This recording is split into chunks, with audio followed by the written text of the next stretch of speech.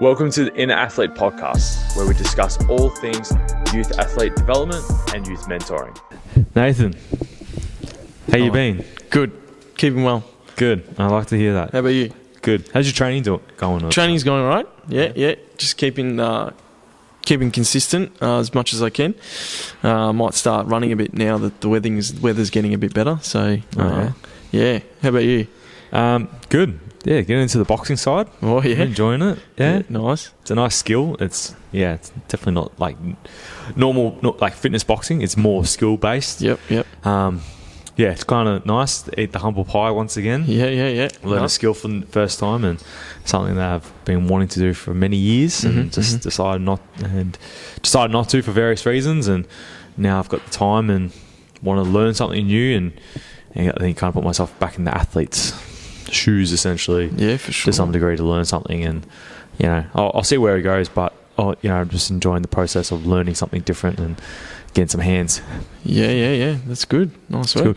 But yeah, why are we here today, Nathan? Yeah, well, we're going to talk about I'll just mention running, but we just want to talk about we want to ask you a question. Those who are listening, does your teenager run funny?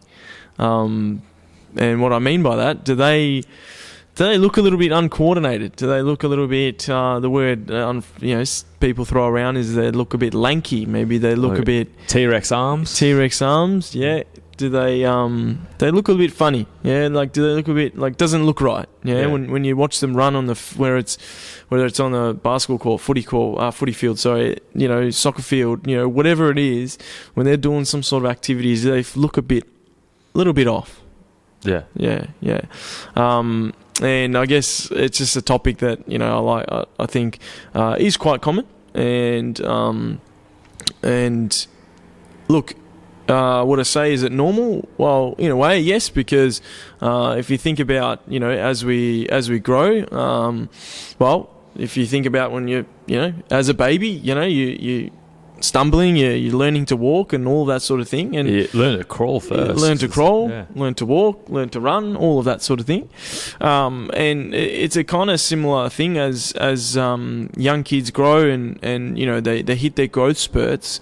A lot of the time, their limbs, they grow really tall in such a short amount of time, and we've definitely seen that a lot of athletes and a lot of young kids that do have these quick growth spurts do start to lose a bit of coordination. They longer limbs and really start to struggle a little bit.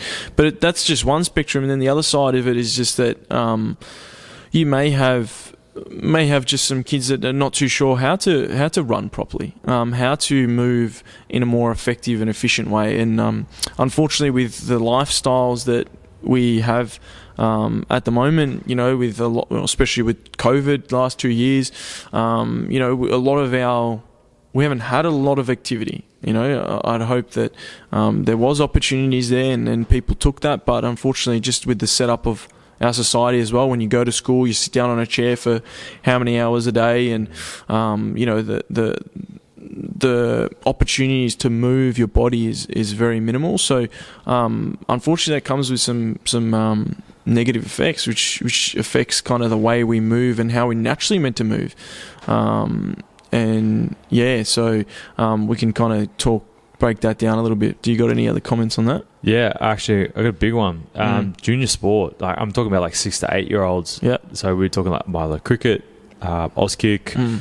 I think it's like netball, and like a lot of these like very junior like sports that they teach like the skills for the sports, they never really address the skill of running, and the skill of running is a form of is locomotion. So it's basically our ability to move around the court or field, pitch, whatever you want to call it.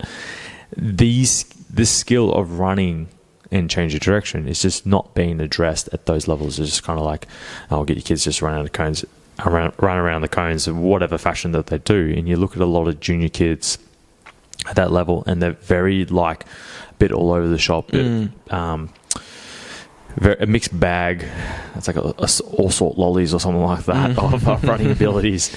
Some kids just naturally get it because of they've gone through the natural stages of before you can walk as a toddler or as a baby, you got to learn how to crawl, and usually you have to go through that crawling phase for quite a while over different surfaces, objects.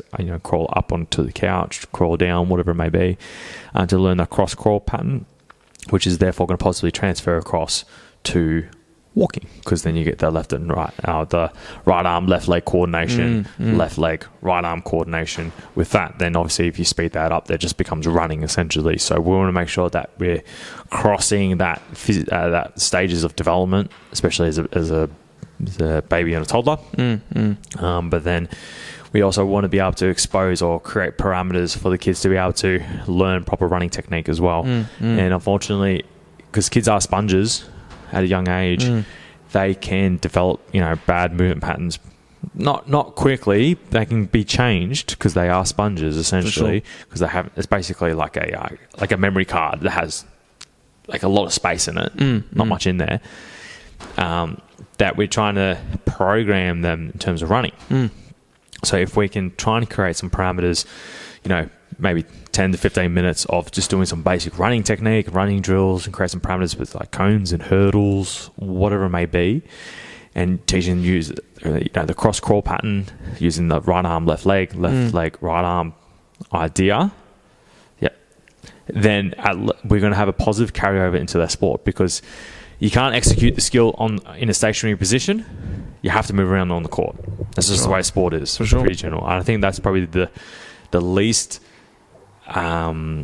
focused skill, if out of all the skills that we actually have in the junior level. That's from my perspective as a coach and what I've seen around the local area. Yeah, it's a fundamental movement as humans that we should be able to run as we naturally have been designed to be able to do. And I think, to backtrack a little bit, to go and think about, okay, why we want to address this. So obviously when we are looking a bit uncoordinated, you maybe can't really control the body, maybe even balance wise not so much there, obviously that's going to place maybe an increased risk of maybe injury. Okay, there might be actually I'll pause you there on compensation strategies. Yep, compensation strategies, definitely.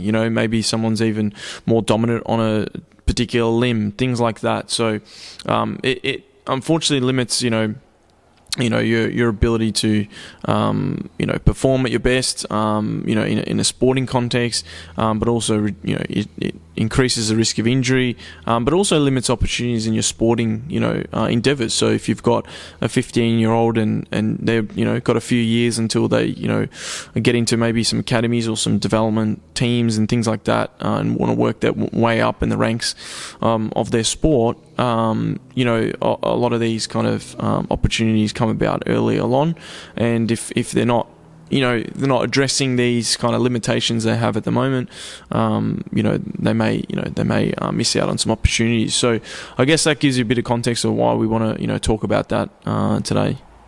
Cool. What do we notice? Yeah, well, there's a few things that we've noticed. I think, those who are struggling with these type of things that we've mentioned, and in a sporting context, we talk about that physical side of things and how, being fast, explosive, all of that sort of thing is really, and being strong is really, what helps us athletes, perform better, right? So things that we've, noticed is that, some kids aren't able to, let's say, push off powerfully. Yeah, maybe they're not sure where to position their foot, when they're changing directions, or position their arms and legs when they're sprinting in a straight line. Okay, might be going all over the place. Yeah, so there's multiple movements and athletic, movements, even jumping. Yeah, there's so many different ways that they could be taught on how to actually maneuver their body, put their arms and legs in the right positions to make that more efficient, really. A couple other things that, we've noticed is that, if you're not moving efficiently and effectively, you and not knowing how to use your body and utilize it, you're gonna fatigue quicker. So you're gonna get tired quicker. You're gonna get sore.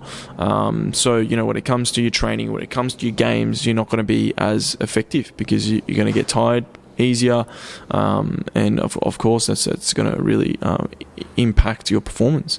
And with that fatigue, it's going to slow you down. It's going to make you feel sluggish, and those sort of things. So if we've got inefficient running technique, and it's going to obviously have some negative effects.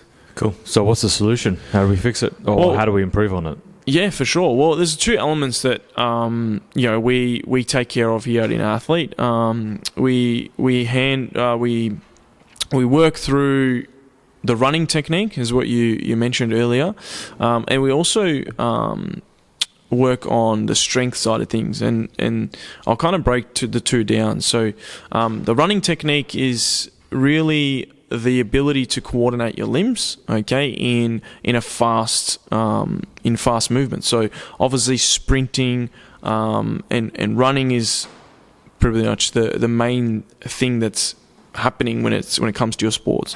All the field court based sports, there's running involved, right? So it's really important to be as efficient as possible. Okay, if we can make it easier for you to run, okay, make it more effortless, we can make you more efficient. So if it is to do a sprint, we can help athletes run faster by just simply maneuvering where or teaching them how to position their bodies in certain times.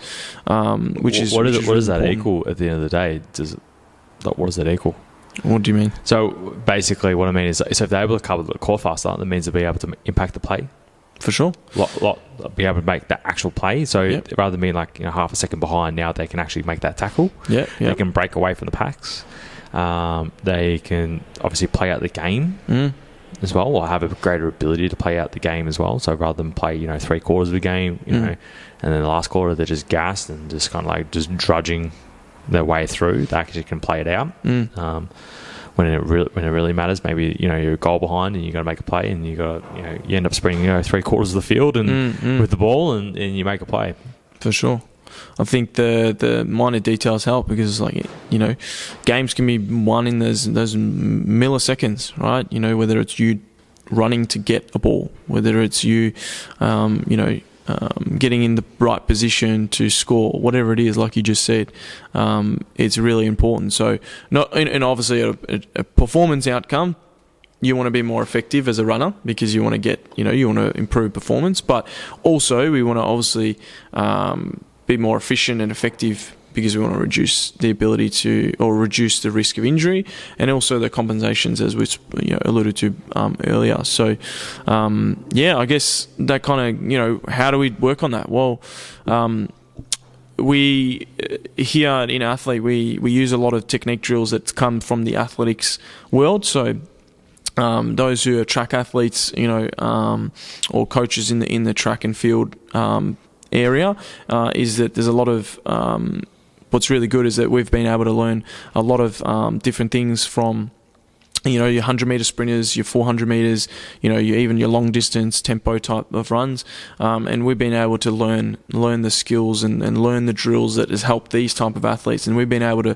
come up with a framework that actually helps our athletes with their sprinting abilities in a more sporting context. So, those who've ever done athletics before, these are the sort of drills that, things like A marches, A skips, some wicket runs, and some other hurdle runs, things like that, that we've used here with our athletes, and we've been able to really just use these drills as a way to just reteach our athletes to where to actually position their body, how to position their arms and limbs and legs to really effectively not only take off but sprint over short distances, but also then those who do run over longer distances, we're able to then teach them how to maintain and how to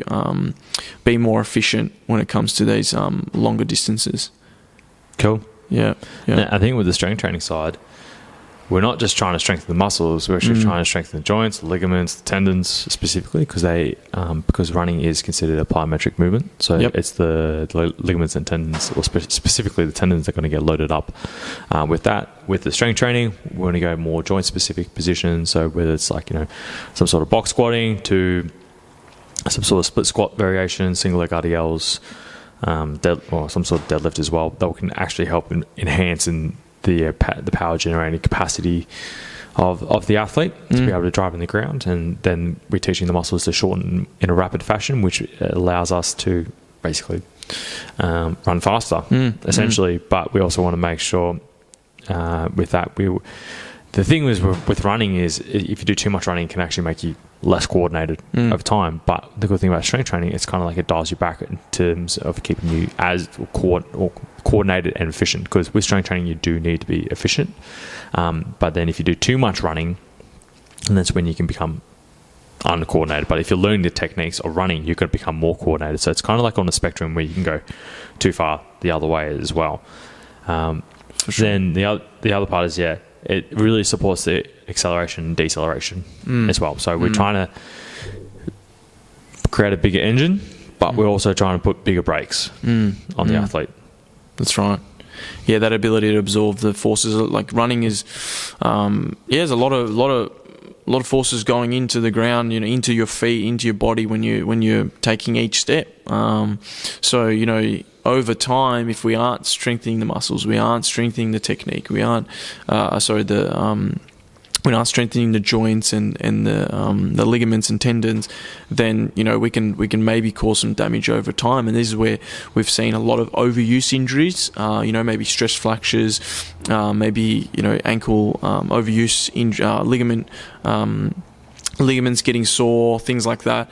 And this is probably due to not enough emphasis on strengthening those components of our body. And I think that the strength training side of things is going to be really important to develop the structures of our body, but also then just building up at a slower pace our coordination, our balance, and these things that are really going to positively transfer into our technical skill of running, which is I think really important. And those two components together, the technical and the strength training side, if we're doing those together in a balanced program, it can have a lot of positive effects, and we've seen that.